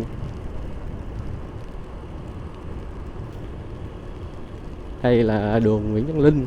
Đường Nguyễn Văn Linh thì 2 làn rộng rãi rất là rộng luôn, nhưng mà tốc độ quy định chỉ có 50 thôi nha mọi người. Mọi người nhớ kỹ là đường Nguyễn Văn Linh là tốc độ giới hạn chỉ có 50 km/h thôi, dành cho xe máy. Ở làng ngoài thì đó, mọi người có nhìn bảng ở phía bên tay trái nè, là xe tải với xe công là chạy 60 đúng không, cấm xe máy, xe ba bánh nè. Đó, còn xe hơi thì được chạy 80 luôn. Nhưng mà điều kiện là lane ngoài, còn trong đây là tất cả phương tiện chạy với lane trong đây thì chỉ có 50 thôi. Xe máy có thể chạy ngoài với trong luôn, nhưng mà chỉ có 50 km/h thôi. Mọi người đừng có thấy mà cái đường nó lớn quá mọi người chạy cái vẹt ấy, lâu lâu có giao thông bắn tốc độ đó, mọi người cẩn thận á. Đó nè, mọi người để ý bên phải nè, có cái bảng là 50 km/h. Đó, đường này chỉ được 50 thôi. Có nhiều người thì người ta lấy cái đường rộng quá, người ta không có để ý bản tốc độ thì dễ dính lắm. Thường mấy cái đường này thì mọi người sẽ ít có dính. Còn một khi dính là mọi người dính lỗi rất là nặng. Tại vì khi mà giới hạn tốc độ 50 mà mọi người chạy 70 một cái là dưới vượt tốc độ 20 km/h là mọi người bị rất là nặng luôn. Hồi lúc là 4,5 triệu, còn bây giờ là bao nhiêu không biết, có lên chưa thì không biết.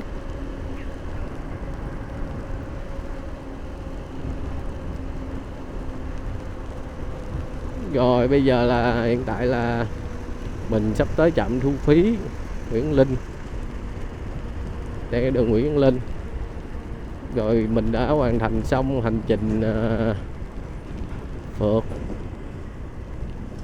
Nói phượt thì nó kỳ, chạy xe máy từ Trà Vinh đi Sài Gòn. Cảm ơn mọi người, nếu mà mọi người đã xem tới khúc này thì cảm ơn mọi người rất nhiều.